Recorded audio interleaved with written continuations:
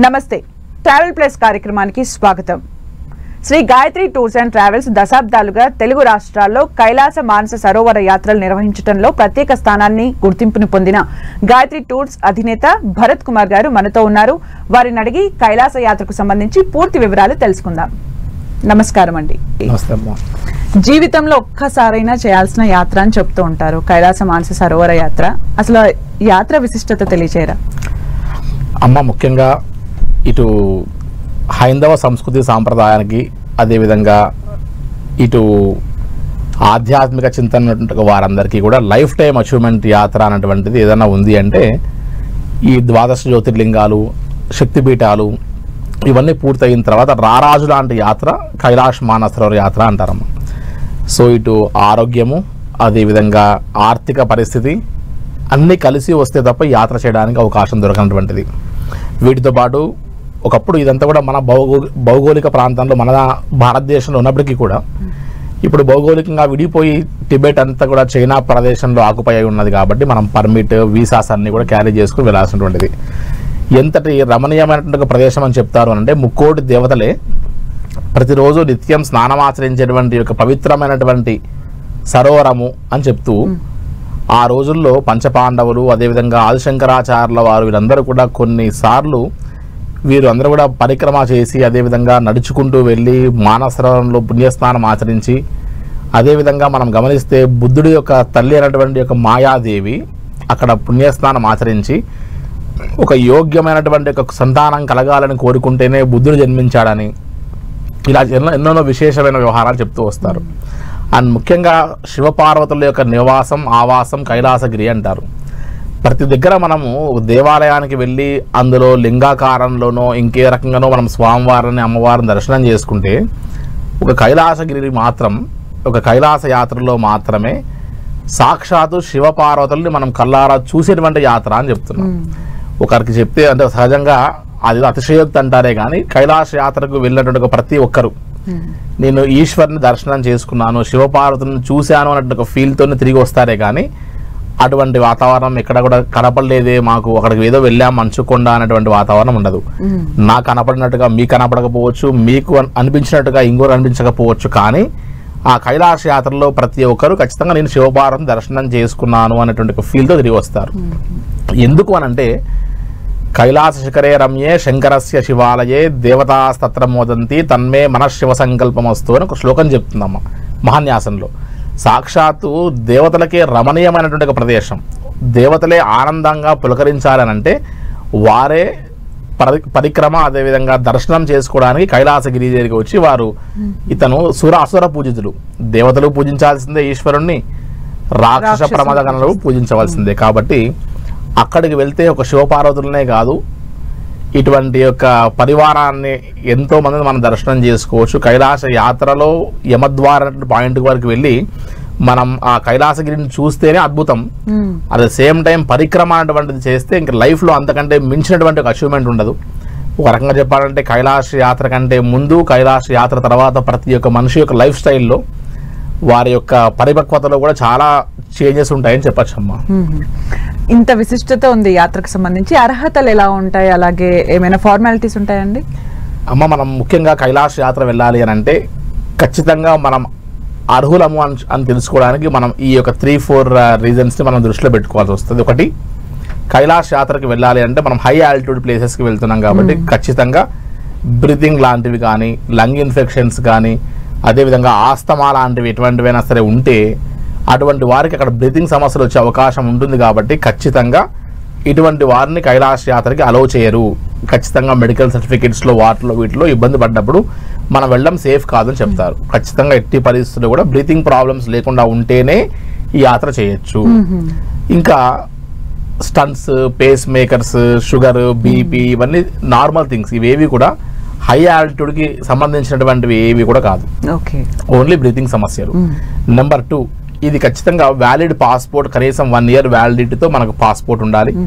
So passport ఉన్నటువంటి యొక్క వారికి మాత్రమే పర్మిట్ అండ్ వీసా ఇష్యూ చేస్తారు. కాబట్టి ఈ ఆలోచన ఉన్నప్పటికీ కూడా పాస్పోర్ట్ చివరి మూమెంట్లో ఫార్మాలిటీస్కి ఇబ్బంది కాకుండా ఖచ్చితంగా వ్యాలిడ్ పాస్పోర్ట్ చూసుకోవాలి.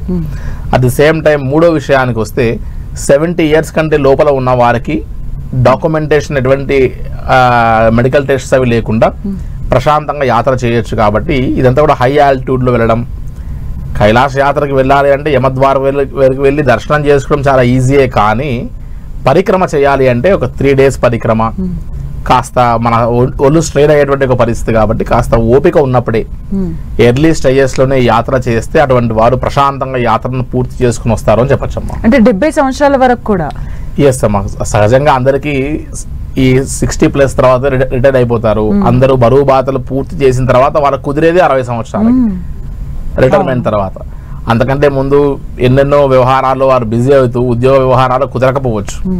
కానీ అటువంటి సమయంలో ఈ యాత్రలు చేసేటప్పుడు అనిపిస్తుంది, అరే మనం ఇప్పుడు కాదు, కాస్త ఎంగేజ్లో వస్తే మనం ఓపికతో యాత్ర చేసి ఉండొచ్చు కదా అనిపిస్తుంది. కాబట్టి కాస్త ఓపిక ఉన్నప్పుడే తీరిక చేసుకుని ఇటువంటి దర్శనాలు చేస్తే లైఫ్లో కూడా కాస్త మనం ఒక్కొక్క సంవత్సరం ఒక్కొక్క యాత్రగా పెట్టుకొని చేయడం వల్ల మన యొక్క లైఫ్ స్టైల్ మారుతుంది. Plus at the same time old ages వచ్చినప్పుడు మనకి ఇబ్బంది కాకుండా ఉంటుందని చెప్పచ్చు. అయితే కోవిడ్ తర్వాత అయితే అఫీషియల్గా అసలు అలోనే చేయలేదు, 2025 తర్వాత అఫీషియల్గా అలో చేస్తూ ఉన్నారు. ఇప్పుడు ఏమైనా ఫార్మాలిటీస్లో ఏమైనా చేంజెస్ వచ్చాయా? అమ్మ, సహజంగా ఈ యొక్క యాత్ర చైనా వారి యొక్క పర్మిట్స్ అండ్ వీసాస్తో జరిగేటువంటి ఒక యాత్ర. సో 2020లో కోవిడ్ వచ్చిన దగ్గర నుంచి 20, 21, 22 ఎవరికి ఆప్షన్ లేదు. 23లో మాత్రం ఇండియన్ పాస్పోర్ట్ హోల్డర్స్ని అలౌ చేస్తున్నాము అని చెప్తూనే 23, 24లో ఇక్కడ కూడా వీసాస్ ఇవ్వకుండా మనల్ని ఆపుతూ వచ్చారు.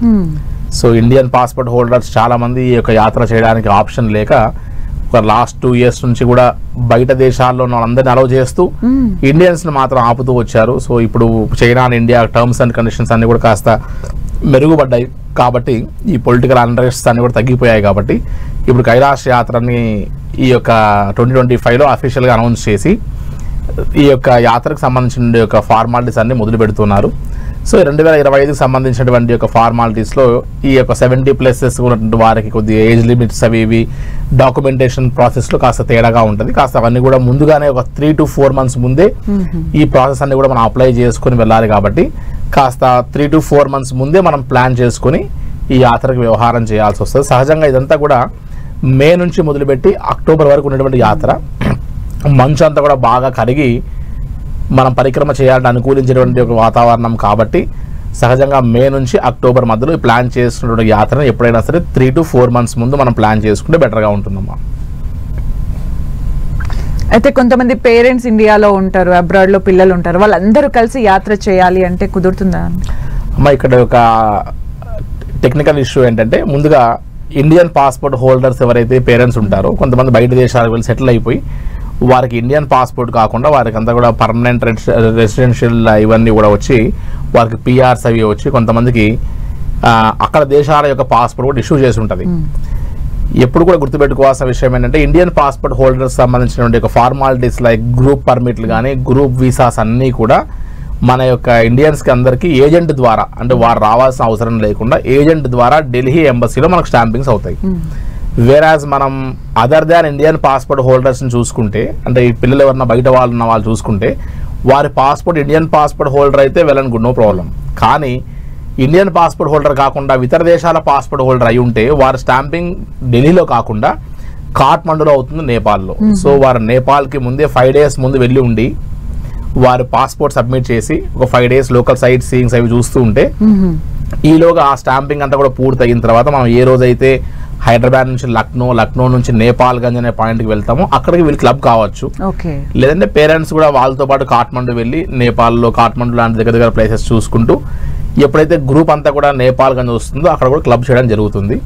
సో ఇండియన్ పాస్పోర్ట్ హోల్డర్స్కి అదర్ దాన్ ఇండియన్ పాస్పోర్ట్ హోల్డర్స్కి ఫార్మాలిటీస్లో చాలా డిఫరెన్షియేషన్ ఉంటాయి.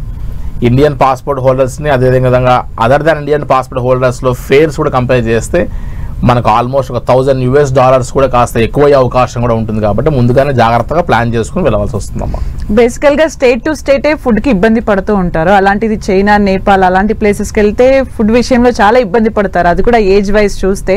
మరి వాళ్ళకి మీరు ఎలాంటి ఏర్పాటు చేస్తారు అమ్మ? సహజంగా మనం ఈ యాత్ర అంతా కూడా ఏజ్డ్ వారు, అరౌండ్ 70-60 మధ్యలో ఉన్న వారు, అదేవిధంగా మన తెలుగు వారందరూ కూడా బయట యొక్క స్టేట్స్లో వెళ్తేనే ఫుడ్కి ఇబ్బంది పడేటువంటి పరిస్థితుల్లో ఈ ఏజ్డ్ యాత్రీస్ అందరూ కూడా వారు తీసుకున్న ఆహారం కొద్దిగా కానీ ఆ కొద్దిపాటి ఆహారాన్ని టైంకి, అదేవిధంగా మన సౌత్ ఇండియన్ ఫుడ్ లేకపోతే వీళ్ళు 10 days యాత్ర చేసి ప్రశాంతంగా తిరిగి రావడంలో ఖచ్చితంగా ఇబ్బంది పడతారు. కాబట్టి ఈ కైలాష్ యాత్రలో, ఎంటైర్ కైలాష్ యాత్రలో మన సౌత్ ఇండియన్ షెఫ్ వెళ్తారు. ఈవెన్ ఈచ్ అండ్ ఎవ్రీ ప్లేసెస్లో, ప్రతి హోటల్స్లో మనకు సపరేట్ కిచెన్ ఇవ్వడం జరుగుతుంది. సో ఈ ప్లేసెస్లో మన తెలుగువారి ఫుడ్ ఈ యొక్క యాత్ర అంతా కూడా, ఈవెన్ బ్రేక్ఫాస్ట్స్ కానీ, డిఫరెంట్ లంచ్ కానీ, నైట్ డిన్నర్లో కానీ, ఇవన్నీ కూడా మన తెలుగువారి సౌత్ ఇండియన్ ఫుడ్డే మనం ఇవ్వడం జరుగుతుంది. అట్ ద సేమ్ టైం ఈ హై ఆల్టిట్యూడ్లో ట్రావెల్ చేసేటప్పుడు ఈ యొక్క ఫుడ్ చాలా ఇంపార్టెంట్ రోల్ ప్లే చేస్తుందమ్మా. ఒకటి, కార్బోహైడ్రేట్ లాంటి రైస్ పదార్థాలు తక్కువ చేస్తూ ప్రోటీన్స్ మనం ఎక్కువ మన బాడీకి ఇవ్వడం వల్ల హై ఆల్టిట్యూడ్లో మన బాడీ రెసిస్ట్ కావడానికి అవకాశం పడుతుంది. కాబట్టి ఈ ఫుడ్ హ్యాబిట్స్ కూడా ముందు నుంచే మనం కొంచెం చేంజ్ చేసుకుని ప్రోటీన్స్కి మనం షిఫ్ట్ అవుతే పరిక్రమ టైంలో మనం ఇంకా ఫిట్గా చేయొచ్చు. At the same time unlimited juices కొన్ని ప్లేసెస్ దగ్గర నుంచి మనం మొదలు పెడితే కూల్ ప్రదేశాలు వెళ్తున్నాం కాబట్టి హాట్ వాటర్ ఇవన్నీ ఎప్పుడు మనం నిరంతరం మన బాడీకి ఇస్తుండాలి. సో హై అండ్ ఫుడ్ ఫెసిలిటీస్తో ఈ యాత్ర జరుగుతుంది. సో ఈ యొక్క యాత్రని అది కైలాషే కాదు, మిగతా ఏ టూర్స్కైనా సరే గాయత్రి టూర్స్ అండ్ ట్రావెల్స్లో వెళ్ళేటువంటి ప్రతి గ్రూప్కి సెల్ఫ్ కిచెన్తోనే మనం యాత్ర చేయడం జరుగుతుందమ్మా. వింటుంటేనే చాలా బాగా అనిపిస్తుంది. ఒక్కసారి రూట్ మ్యాప్ ప్రేక్షకుల కోసం క్లియర్గా ఎక్స్ప్లెయిన్ చేస్తారా? షూర్ అమ్మా. ఇప్పుడు కైలాష్ మానసరోవర్ యాత్రని అసలు మనం ఏ పాయింట్ నుంచి ఏ పాయింట్లో వెళ్తున్నాం, ఏ మార్గాలు గుండా వెళ్తే ఎటువంటి జాగ్రత్తలు తీసుకొని వెళ్ళాలి, ఏది ది బెస్ట్ రూట్ అనేటువంటిది చూస్ చేసుకోవడానికి ఒక మ్యాప్ రూపంలో మనం గైడ్ చేయడం వల్ల చాలామందికి ఇంకా వారి సబ్కాన్షియస్ మైండ్లో డౌట్స్ అన్ని నివృత్తి అవుతాయి. కాబట్టి ప్రేక్షకుల కోసం మనం ఆ ప్రయత్నం చేద్దామమ్మా.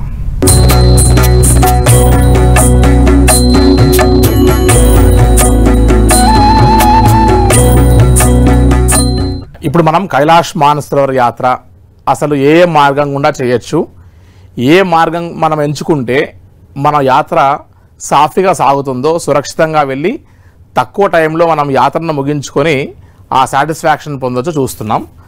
అయితే ఇక్కడ మనం బాగా గమనిస్తే కైలాష్ అండ్ మానసరోవర్ యాత్ర అనగానే ఇది జీవితకాలపు లైఫ్ టైం డ్రీమ్ కాబట్టి చాలా కష్టంగా ఉంటుందేమో, ఈ యాత్ర చాలా సాహసోపేతమైన యాత్ర ఏమో అనుకుంటారు.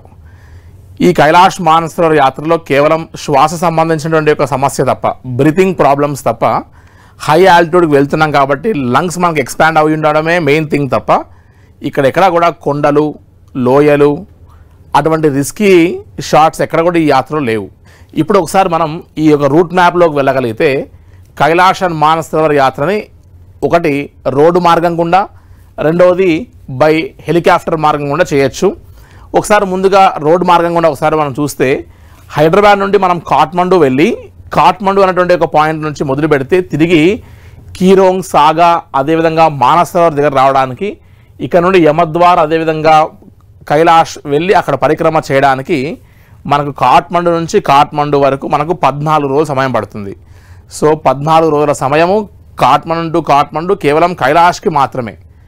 దీంతోపాటు కాఠ్మండులో మనం 2 days లోకల్ సైట్ సీయింగ్, మనం హైదరాబాద్ లేదంటే ఇండియాలో ఏ ప్రాంతం నుండైనా సరే కాఠ్మండు వెళ్ళడానికి ఒక రోజు, తిరిగి రావడానికి ఒక రోజు, మొత్తం లెక్క వేస్తే 2 days up and down, 2 days local sight seeing, 14 days from Kathmandu to Kathmandu. ఈ దారి కాఠ్మండు నుంచి బయలుదేరి మళ్ళీ మనం కైలాష్కి వెళ్ళి తిరిగి వచ్చేసరికి సుమారుగా 1800 నుండి 1900 కిలోమీటర్లు సుమారు మనం రోడ్డు మీద ట్రావెల్ చేస్తాం. నేపాల్ పార్ట్ అంతా కూడా కొండలు, గుట్టలు, లోయలు దాటుకుంటూ వెళ్తాం. ప్రకృతి మాత్రం చాలా అద్భుతంగా ఉంటుంది. కానీ మనం 18 రోజుల సమయం ఒకవైపు, దాంతోపాటు మనం గమనిస్తే మనం రోడ్డు మార్గం గుండా చాలా స్ట్రెయిన్ అయిపోయి తిరిగి కైలాష్ పర్వతం వెళ్ళిన తర్వాత పరిక్రమ చేయడంలో మనం కొద్దిగా సమస్య ఫీల్ అయ్యే అవకాశం ఉంటుంది. మన యొక్క తెలుగు వారందరూ కూడా ఈ సౌత్ ఇండియన్ ఫుడ్కి అలవాటు పడినటువంటి కార్బోహైడ్రేట్స్ ఫుడ్ ఎక్కువ తీసుకుంటాం కాబట్టి మన శరీరం అంతా కూడా హై ఆల్టిట్యూడ్లో రెసిస్ట్ కావడం చాలా కష్టం అనిపిస్తుంది. కాబట్టి తక్కువ రోజుల్లో ఎక్కువ స్ట్రెయిన్ కాకుండా మనం ఈ యొక్క హైదరాబాద్ లేదంటే ఇండియాలో ఏ ప్లేస్ నుంచైనా సరే నేపాల్గంజ్, సిమీకోట్, హిల్సా నుండి మొదలుపెట్టి తక్లాకోట్, మానసరోవరం మార్గం గుండా మనం డార్చన్ అండ్ కైలాష్కి వెళ్ళగలిగితే మనం కేవలం 9 days లేదా 10 daysలోనే హెలికాప్టర్స్లో మనం యాత్ర పూర్తి చేసుకొని ఏవైతే హిల్ ఏరియాస్, అక్కడ నుంచి మనం హిల్ ఏరియాస్ మొత్తం దాటుకుంటూ రావడానికి మనకు 4 days పడితే కేవలం ఇక్కడ 30 minutes, ఇంకో 30 minutes, 1 hourలో మనం హిల్ ఏరియాస్ దాటుతూ మనం హెలికాప్టర్ అండ్ ఫ్లైట్స్ యూజ్ చేసే మార్గం. కాబట్టి కైలాష్కి వెళ్ళేటువంటి వారందరూ కూడా ముఖ్యంగా షార్ట్ అండ్ స్వీట్గా వెళ్ళేటువంటి ఒక యాత్ర, మన శక్తిని సాధ్యమైనంత వరకు ఈ కైలాష్లో పరిక్రమ దగ్గర ఉపయోగించుకోవాలి తప్ప జర్నీలో కాదు కాబట్టి. రెండవది అక్యుములేట్ కావడానికి సహజంగా ఈ యొక్క హెలికాప్టర్ రూట్లో కూడా తక్లాకోట్లో మనం కంప్లీట్గా 2 days స్టే ఇస్తున్నాం కదా, కాబట్టి ఎక్కడ కూడా మనకి ఈ యొక్క రూట్లో ఎక్కడ ఇబ్బంది లేకుండా ప్రశాంతంగా యాత్ర సాగుతుంది అని చెప్పచ్చు. ఇప్పుడు ఒకసారి డే 1 నుండి మనం కైలాష్ యాత్ర ఎట్లా మొదలవుతుందో ఒకసారి హెలికాప్టర్ రూట్ని మనం గమనిస్తే, హైదరాబాద్ లేదంటే మిగతా ఏ ప్లేస్ నుంచి అయినా సరే మనం లక్నో వెళ్ళవలసిందే. మనం డే 1 మనం 6 o'clock maximum early morning flight తీసుకుంటే డైరెక్ట్ ఫ్లైట్ 8 o'clock మనం లక్నో చేరుకుంటాం. అక్కడ నుండి నేపాల్ గంజ్ అనేటువంటి ఒక ప్లేస్కి 120 kilometers ఉంటుంది. ఈ నేపాల్ గంజ్ అనేటువంటి ఒక ప్లేస్కి మనం నేషనల్ హైవే రోడ్ ఉంటుంది, చాలా క్లియర్గా. ఇక్కడ మనకు లోయలు కొండలు లాంటి ప్రాంతాలు తగలవు. చాలా ప్రశాంతంగా 4 hours మనం ఈ నేపాల్ గంజ్ అనేటువంటి ఒక ప్లేస్కి వెళ్ళి మధ్యాహ్నం లంచ్ టైం వరకు చేరుకుంటాం. నేపాల్ గంజ్ అనేటువంటిది అంతా కూడా స్టార్ హోటల్స్తో ఉన్నటువంటి ఒక ప్లేసెస్ అంతా కూడా. సో చాలా అద్భుతమైనటువంటి క్లైమేట్. వాటితో పాటు అక్కడ అమ్మవారి యొక్క శక్తిపీఠం ఉంది, వాగేశ్వరి అమ్మవారి శక్తిపీఠం. అమ్మవారు నాలుకపడ్డ ప్రదేశం అంటారు. అక్కడ నుండి మనం డే 2 సిమికోట్ అనేటువంటి ఒక ప్లేస్కి చార్టర్డ్ ఫ్లైట్లో వెళ్తాం మనం. సో ఇంతవరకు ఇది 18-seater ఫ్లైట్ మాత్రమే. హిల్ ఏరియాస్ మొదలైనవి కాబట్టి పెద్ద ఫ్లైట్స్ మనం ల్యాండింగ్ కావడం కష్టం కాబట్టి హిల్ ఏరియాస్లో మనం 18 members ఒక మనుషుల ఒక గ్రూప్ లాగా మనం బయలుదేరి సిమికోట్ వెళ్తాం. అక్కడికి వెళ్ళిన తర్వాత వెంటనే మళ్ళీ 5 in 1 5 మంది ఒకసారి మళ్ళీ హెలికాప్టర్లో హిల్సా అనేటువంటి ఒక ప్లేస్కి బయలుదేరుతాం. ఎవరైతే ఎక్కువ ఫోబియా గురవుతారో, యాంగ్జైటీ గురవుతారో, ఎవరైనా సరే 60+ వాళ్ళు ఎక్కువ ఉన్నటువంటి వారు ఉంటే వారిని తొందరగా మనం ఫస్ట్ నేపాల్ గంజ్, సిమికోట్, హిల్సా చేరుస్తాం. ఎందుకంటే వారికి కొద్దిగానా సరే పైకి వెళ్తుంటే ఒక 4 hours 5 hours next flight and next helicopter వచ్చేసరికి క్లైమేట్కి అడ్జస్ట్ కావడానికి అవకాశం ఉంటుంది. కాబట్టి మనదంతా గ్రూప్ వీసా కాబట్టి గ్రూప్ అంతా వచ్చే వరకు ఈ హిల్సా అనేటువంటి నేపాల్ అండ్ చైనా బార్డర్ దగ్గర మనం అందరం వెయిట్ చేస్తాం. వన్స్ ఇక్కడ కర్నాలి బ్రిడ్జ్ అని ఒక 1 kilometer మాత్రం మనం నడవవలసి వస్తుంది త్రూఅవుట్ ద ట్రిప్ అంటిల్ మనం యమద్వార్కి వెళ్ళే వరకు.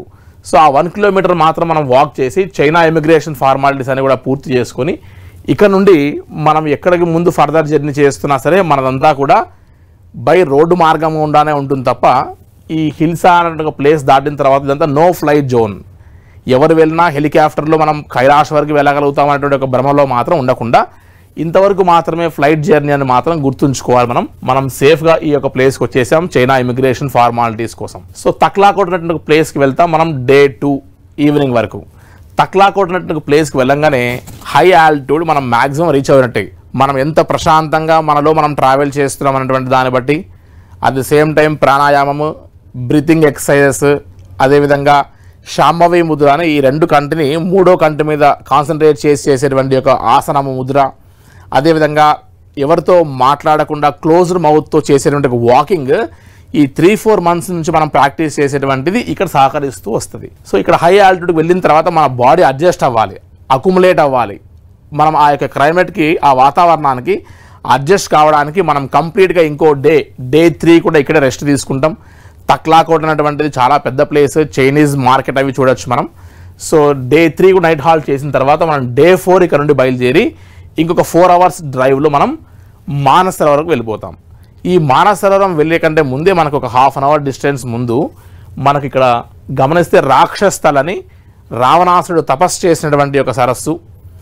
ఈ యొక్క లెఫ్ట్ హ్యాండ్ 5 fingersని గట్టిగా అధిమాయించి కైలాసగిరిని పెకిలించడానికి ప్రయత్నం చేసినటువంటి ఈ 5 fingersతో కూడినటువంటి ఒక సరస్సు మనకు కనబడుతుంది. చాలా అద్భుతంగా ఉంటుంది. ప్లస్ ఈ ప్లేస్ నుండి మనకు ఫస్ట్ సైట్ ఆఫ్ కైలాష్ కనబడతారు మనకు. సో కైలాసగిరి యొక్క మొట్టమొదటి దర్శనం మనకు రాక్షస్థలం జరుగుతుంది. అక్కడ నుండి ఒక 30 minutes మనం డ్రైవ్ చేసి వస్తే ఒక 30 నిమిషాల్లో మనం మానస సరోవరం ఒడ్డు వరకు మనం బస్సులో వచ్చేస్తాం. మానస సరోవరం దగ్గర ఎక్కడ కూడా నడిచేటువంటిది ఏమి ఉండదు. అండ్ గాయత్రి టూర్స్ అండ్ ట్రావెల్స్తో వెళ్ళేటువంటి ప్రతి బ్యాచ్కి కూడా ఖచ్చితంగా ఒక పురోహితులు కూడా ఉంటారు. కాబట్టి ఇక్కడ కార్యక్రమాలు అవి చేయించుకోవడానికి లోకల్గా ఎవరు పురోహితులు దొరకరు. కాబట్టి మనతో వచ్చేటువంటి వారితో మీరు చక్కగా కార్యక్రమాలు కూడా చేయించుకునేటువంటి ఆప్షన్ ఇక్కడ పరిపూర్ణంగా ఉంటుంది సామూహికంగా. తర్వాత ఇక్కడ మనం నైట్ స్టే అంతా కూడా మడ్ హౌజెస్లో చేస్తున్నాం. నక్షత్రాలన్నీ కూడా దేవతలు నక్షత్ర స్వరూపంగా నైట్ 3 to 4 AM తెల్లవారుజామున ఒక్కొక్క నక్షత్రం వచ్చి సరోవరంలో మునిగి వెళ్తుండగా మన కళ్ళారా మనం చూడొచ్చు. సో అంతటి అద్భుతమైనటువంటి యొక్క సరస్సు, ఆ యొక్క దృశ్యం చూడడానికై మనం ఈ యొక్క మానస సరోవరం దగ్గర నైట్ హాల్ట్ చేస్తున్నాం మడ్ హౌజెస్లో. సో ఇటువంటి అద్భుతమైనటువంటి సరస్సు ఏదో పవిత్రమైన సరస్సు ఉందో వీటి చుట్టూ మనం బస్సులో ఒక పరిక్రమ చేస్తాం. ఆల్మోస్ట్ మనకు 5 to 6 hours పడుతుంది.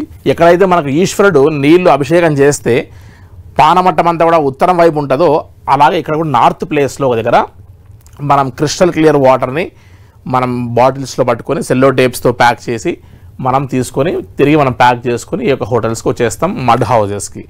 సో ఇక్కడ ఈ యొక్క మానసరోవరంలో ఈ వాటర్ అంతా కూడా -degreesలో ఉంటాయి ఒకసారి. సో మనం ఎంత మధ్యాహ్నం స్నానం చేయడానికి వెళ్ళినా కూడా -degrees వాటర్లో మనం స్నానం చేస్తే మన బాడీలో ఉన్న రెసిస్టెన్స్ పవర్ అంతా కూడా తగ్గిపోయి ఒకసారి మనం డౌన్ అయ్యే అవకాశం ఉంటుంది. కాబట్టి ఇక్కడ సాధ్యమైనంత వరకు ఆ వాటర్ని వేడి చేసిస్తాము. ఆ హాట్ వాటర్తో మనం బాత్ చేయడం వల్ల నెక్స్ట్ పరిక్రమకు మనం ఫిట్గా ఉండడానికి అవకాశం ఉంటుందని గుర్తుపెట్టుకోవచ్చు.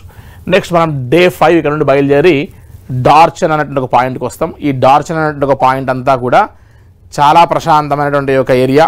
ఇప్పుడు అసలు టాస్క్ మొదలవుతుంది.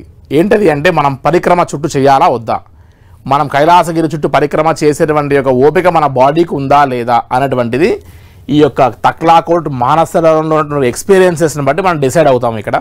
సో నెక్స్ట్ ఇక్కడ ఈ యొక్క డార్చన్ అనేటువంటి ఒక పాయింట్కి వచ్చిన తర్వాత ఎవరైతే కైలాసగిరి పరిక్రమ చేస్తారో వాళ్ళందరూ షోల్డర్ బ్యాగ్స్ వేసుకొని ట్రెక్కింగ్ కావాల్సినటువంటి యొక్క ప్యాకేజ్ థింగ్స్ అనేది క్యారీ చేసి అందరూ పరిక్రమ చేసేవారు చేయని వారందరూ కలిసి ఈ డార్చన్ నుండి యమద్వార్ అనేటువంటి ఒక పాయింట్కి ఒక 5 kilometers బస్సులో మనం ట్రావెల్ చేసి యమద్వార్ అనేటువంటి పాయింట్కి వచ్చేసాం. ఇప్పుడు యమద్వార్ దగ్గరికి వచ్చిన తర్వాత కైలాసగిరి చాలా పెద్ద కొండ, ఆల్మోస్ట్ ఒక 45 kilometers రేడియస్ ఉన్నటువంటి కొండ. సాక్షాత్తు శివపార్వతులు మనకు దర్శనం ఇచ్చారనే అనుభూతిని ఖచ్చితంగా ఈ యమద్వార్ దగ్గర నుండి చూడంగానే మనం వెళ్ళినటువంటి ఒక లైఫ్ టైం అచీవ్మెంట్ ఏదైతే ఉందో ఆ అచీవ్మెంట్ మనం పొందాము అన్నటువంటి ఒక అద్భుతమైన ఫీలింగ్తో ప్రతి ఒక్కరు తరిస్తారు ఈ యొక్క యమద్వార్ వరకు వెళ్ళిన తర్వాత. సో ఈ 14 kilometers వెళ్ళి మనం నైట్ స్టే ధీరాపుక్ అనేటువంటి ఒక ప్లేస్లో స్టే చేస్తాం. ధీరాపుక్ అనేటువంటి ప్లేస్లో కూడా మనకు మడ్ హౌజెసే ఉంటాయి. సో అక్కడ స్టే చేసిన తర్వాత డే 5 నైట్ స్టే చేసిన తర్వాత డే 6 అక్కడ నుండి బయలుదేరి కైలాసగిరిని మనం టచ్ చేసే ఆప్షన్ ఇస్తున్నారు ఈసారి ఇండియన్ పాస్పోర్ట్ హోల్డర్స్కి కూడా. కైలాసగిరిని మనం చరణ్ స్పర్శ అంటారు ఆ పాయింట్కి. ఒక 6 kilometers 6 kilometers వాక్ చేసి అక్కడ నుండి కైలాసగిరిని టచ్ చేసి మళ్ళీ బ్యాక్ వచ్చేసి సేమ్ ధీరాపుక్ అనేటువంటి ఒక ప్లేస్ స్టే చేస్తాం. నెక్స్ట్ డే 7 అక్కడ నుండి బయలుదేరి 20 kilometers మనం జుతుల్పుక్ అనేటువంటి ఒక ప్లేస్కి మనం మళ్ళీ వాక్ చేయాల్సి వస్తుంది. సో 20 kilometersలో 10 kilometers చాలా ఈజీగా ఉంటుంది. కానీ డాల్మాలా పాస్ అండ్ గౌరీకుండ అనేటువంటి ఒక ప్లేస్ నుండి తెలియకుండానే మనం స్ట్రీప్ దిగవలసి వస్తుంది. మన బాడీ వెయిట్ అంతా కూడా మన మోకాళ్ళ పైన పడి ఓవర్ ఒబేసిటీ ఉన్న వాళ్ళకి ఇక్కడ సమస్య ఏర్పడే అవకాశం ఉంటుంది. సో పరిక్రమలో టఫెస్ట్ టాస్క్ అంతా ఎక్కడ ఉంది అంటే ఈ యొక్క సెకండ్ డే పరిక్రమ ఏదైతే ఉందో డాల్మాలా పాస్ గౌరీకుండ నుంచి మొదలు పెడితే ఆ 10 kilometers టఫ్ అనిపిస్తుంది. మనం గుర్రం తీసుకున్నా కూడా ఈ సెకండ్ డే పరిక్రమలో మనకు గుర్రం కూడా సహకరించలేదు. కాబట్టి మన బాడీ మెటబాలిజం అంతా కూడా మొదటి రోజే వాక్ చేస్తూ ఉండడం వల్ల క్లైమేట్కి అడ్జస్ట్ అయ్యి మనం నెక్స్ట్ ఆ యొక్క టఫ్ టాస్క్కి మన మైండ్ ప్రిపేర్ అవ్వడానికి సహకరిస్తుంది. కాబట్టి మన బాడీ ఫిట్నెస్ని మనం పెంచుకునే ప్రయత్నం ఇక్కడ నుండే చేస్తేనే అక్కడికి వెళ్ళిన తర్వాత మనం ఫిట్గా యాత్ర చేయొచ్చు. సో డే 7 కూడా మనం పూర్తి చేసుకుని 20 kilometers పూర్తి చేసి మనం జుతుల్పుక్ అనేటువంటి ఒక ప్లేస్కి వచ్చి స్టే చేస్తాం. అక్కడ కూడా మడ్ హౌజెస్లో స్టే చేస్తాం. నెక్స్ట్ డే 8 బయలుదేరి అక్కడ నుండి మనం మళ్ళీ 14 kilometers అంటారు కానీ 8 to 9 kilometers వాక్ చేస్తే మనం బస్ పాయింట్కి వచ్చేస్తాం. అక్కడ నుండి వయా యమద్వార్ మళ్ళీ డార్చన్ అనేటువంటి ఒక పాయింట్కి వచ్చేస్తాం. రైట్ అవే డార్చన్ నుండి తక్లాకోట్ వచ్చేస్తాం. వన్స్ అక్కడ అడ్జస్ట్మెంట్ అండ్ అక్యుములేషన్ అంతా అయిన తర్వాత మన కైలాష్ యాత్ర పర్పస్ అంతా కూడా సర్వ్ అయిన తర్వాత పరిక్రమ చేసిన తర్వాత అక్కడ నుండి మరి స్లోగా వచ్చే అవసరం పడదు. కాబట్టి మ్యాక్సిమం 1 dayలోనే మనం అక్కడ నుండి బయలుదేరి తక్లాకోట్ నుండి వెంటనే మనం చైనా ఇమిగ్రేషన్ ఫార్మాలిటీస్ చేసేసుకొని వెంటనే ఆ 1 kilometer వాక్ చేసి హిల్సా అక్కడ నుండి వెంటనే సిమికోట్ అక్కడ నుండి వెంటనే నేపాల్ అనేటువంటి పాయింట్ వరకు వచ్చేస్తున్నాం. ఇప్పుడు అసలు టాస్క్ ఇంకొకటి మొదలయ్యేటువంటిది ఏంటంటే ఎట్లాగో నేపాల్ ఎంటర్ అయ్యాం కదా, ఓన్లీ కైలాసే కాదు ఇక నుండి కాఠ్మండు ఫ్లై వెళ్ళిపోయి కాఠ్మండులో 2 days లోకల్ సైట్ సీయింగ్స్ చూసుకొని అక్కడ నుండి మళ్ళీ ముక్తినాథ్ ఒక 2-3 days, పోఖ్రా, మనోకామ్నా, జనక్పూర్, లుంబిని ఇవన్నీ ప్లేసెస్ కవర్ చేయాలనేటువంటి నెక్స్ట్ థాట్ వస్తుంది. ఇదంతా లైఫ్ టైం అచీవ్మెంట్ యాత్ర కాబట్టి అంతకంటే ముందే నేపాల్ యాత్ర వెళ్ళి ఆ తర్వాత కైలాష్కి వెళ్తామని కూడా ఆలోచించే వాళ్ళు ఉంటారు. సో ముందే మన శక్తి అంతా కూడా కాఠ్మండు నేపాల్లో బాగా తిరిగిన తర్వాత మనం వెళ్ళి హై ఆల్టిట్యూడ్లో పరిక్రమ చేసేటప్పటికి ఓపిక ఉండదు. సో అక్కడికి వెళ్ళిన తర్వాత మళ్ళీ మనం ఫెయిల్ అయ్యే అవకాశం ఉంటుంది. కాబట్టి కైలాష్ అండ్ మానసరోవర్ యాత్రని ఎటువైపు క్లబ్ చేయకుండా స్పెషల్గా ఈ యొక్క 9 days టూర్లో ప్రశాంతంగా కైలాష్ అండ్ మానసరోవర్ యాత్రను పూర్తి చేసుకొని హైదరాబాద్ నుండి హైదరాబాద్ వరకు కేవలం 1 కిలోమీటర్ మాత్రమే నడిచి, అది కూడా ఇక్కడ చైనా నేపాల్ బార్డర్లో 1 కిలోమీటర్ మాత్రమే నడిచి కైలాష్ యాత్ర దర్శనం చేసుకొని రావచ్చు.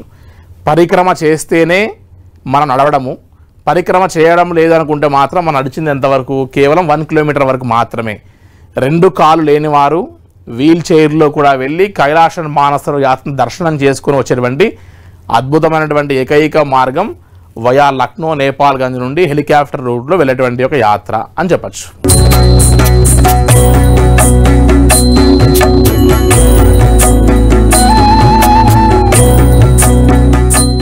అసలు మ్యాప్ చూస్తుంటే నిజంగా చాలా అంటే చాలా బాగా అనిపిస్తుంది. అంటే ఏజ్తో సంబంధం లేకుండా అందరూ చేసేలాగా కనిపిస్తూ ఉంది. కానీ ఇక్కడ ఫ్లైట్స్, రోడ్ అన్నీ చెప్తూ ఉన్నారు మీరు. మరి బడ్జెట్ కూడా చాలా ఇంపార్టెంట్. ఎంతవరకు బడ్జెట్ అవుతుందండి? మా సహజంగా కైలాష్ మానసరోవర్ యాత్ర అనగానే ఇక్కడ నుండి నేపాల్ నుండి China, permits, visas, flights, helicopters. So దీంతో పాటు ఇదంతా కూడా డాలర్ రేట్తో ముడిపడినటువంటి యాత్ర. మనం డాలర్స్లో పే చేస్తాం. So last time 75 rupees, last year dollar rate ఇప్పుడు 85 రూపీస్ అయిపోయింది. ఇప్పుడు 2019 ఆ టైంలో 65 to 70 రూపీస్ డాలర్ రేట్ ఉంది. సో డాలర్ రేట్ పెరిగే కొద్దీ యాత్ర ఫేర్ పెరుగుతూ వస్తుంది. ఈ సంవత్సరం ఇండియన్ పాస్పోర్ట్ హోల్డర్స్కి కాకుండా అందరికీ పర్మిట్ ఛార్జెస్లో కూడా పెంచుతూ ఉన్నారు చైనా వారు. అరౌండ్ $750 ఉన్నది కాస్త ఇప్పుడు $1000 అవుతుంది. At the same time last time వరకు ఎక్కడ కూడా చరణ్ స్పర్శకు ఆప్షన్ ఇవ్వలేదు. ఈ సంవత్సరం ఈ కైలాష్ యాత్రలో కైలాసగిరిని టచ్ చేసేటువంటి ఒక చరణ్ స్పర్శ్ పాయింట్ కూడా ఆప్షన్ ఇస్తున్నారు. సో దానికి 9 days టూర్ కాస్త 10 days టూర్ అయ్యింది. కాబట్టి ఇవన్నీ గమనిస్తే ఆల్మోస్ట్ ఇవన్నిటిని ఫార్మాలిటీస్ని మనం పూర్తి చేసుకొని మనం యాత్ర కంప్లీట్ చేయాలంటే బై రోడ్డు మార్గం కూడా చూస్ చేసుకుంటే సుమారుగా 2,50,000 నుంచి 2,60,000 మధ్యలో కాస్ట్ కావచ్చు. అదే ఫ్లైట్స్ హెలికాప్టర్ రూట్ చూసుకుంటే కాస్త తక్కువ రోజుల్లో తొందరగా మనం ప్రశాంతంగా యాత్ర పూర్తి చేసేటువంటి రూట్ కాబట్టి సుమారుగా ఒక 3 లక్షల వరకు ఈ యొక్క యాత్ర కాస్ట్ రావచ్చు. సో ఇంత బడ్జెట్ పెట్టుకొని యాత్ర చేయలేని వాళ్ళకి ఏరియల్ వ్యూ అనే ఒక ఆప్షన్ ఉందమ్మా. 70+ ఉన్నా కూడా వెళ్ళొచ్చు. బ్రీతింగ్ ప్రాబ్లమ్స్తో సంబంధం లేదు. అదేవిధంగా హై ఆల్టిట్యూడ్తో సంబంధం లేదు. పాస్పోర్ట్ కూడా అవసరం లేకుండా జస్ట్ నేపాల్గంజ్ అనే పాయింట్కి వెళ్ళి ఫ్లైట్లో ఒకటే రోజు మనం తిరిగి గాల్లో నుండే మనం మానస సరోవరం మన కైలాసగిరి దర్శనం చేసుకుని నెక్స్ట్ డే మనం మళ్ళీ హైదరాబాద్ రావచ్చు. సో ఈ 3 days యాత్ర కూడా చేయొచ్చు మనం. కానీ అక్కడికి వెళ్ళి స్నానం ఆచరించిన ఫలితం కానీ లేదా కైలాసగిరి దర్శనం చేసుకున్న ఫీలింగ్ ఉండదు. కానీ షార్ట్ డేస్ 3 daysలోనే కైలాస ఏరియల్ వ్యూ దర్శనం చేసుకుని భగవంతుని యొక్క దండం పెట్టుకొని తిరిగి వచ్చేటువంటి యాత్ర దానికి ఒక 60-70 వేలలో పూర్తి అయ్యేటువంటిది. సో మనం చూస్ చేసుకున్నటువంటి ఒక విధానాన్ని బట్టి మనకు ఆయా అమౌంట్స్ అనేది ప్లాన్ చేసుకోవాల్సి వస్తుందమ్మా. థ్యాంక్ యూ సో మచ్ అండి. అంటే ఈ యాత్రకు సంబంధించి చాలా సవివరంగా తెలియజేసినందుకు థ్యాంక్ యూ సో మచ్ అండి. నమస్తే. చూశారు కదండి, ఇది వాళ్ళ ట్రావెల్ ప్లేస్ కార్యక్రమం. మరో అంశంతో మళ్ళీ కలుద్దాం. Keep watching 10 TV.